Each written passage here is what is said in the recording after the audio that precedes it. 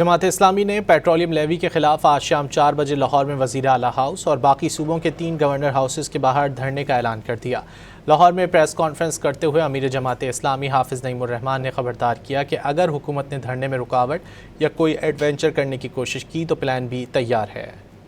جو پورا ایک طبقہ پیدا ہو گیا ہے، اس طبقے سے جان چھڑانا ضروری ہے۔ تو انشاءاللہ تعالی کل 16 اگست ہے اور بھرپور طریقے سے ہم جائیں گے، بڑا مارچ کرتے ہوئے پہنچیں گے، جگہ جگہ سے لوگ آئیں گے، پور طریقے سے ہم پہنچیں گے سی ایم ہاؤس پہ لاہور میں اور باقی گورنر ہاؤسز پہ، کراچی میں، پشاور میں، کوئٹہ میں انشاءاللہ، اور اللہ نے چاہا تو یہ ایک سکسیسفل ہماری جد و جہد ہوگی۔ ہم تو پرامن سیاسی مزاحمت پر یقین رکھتے ہیں،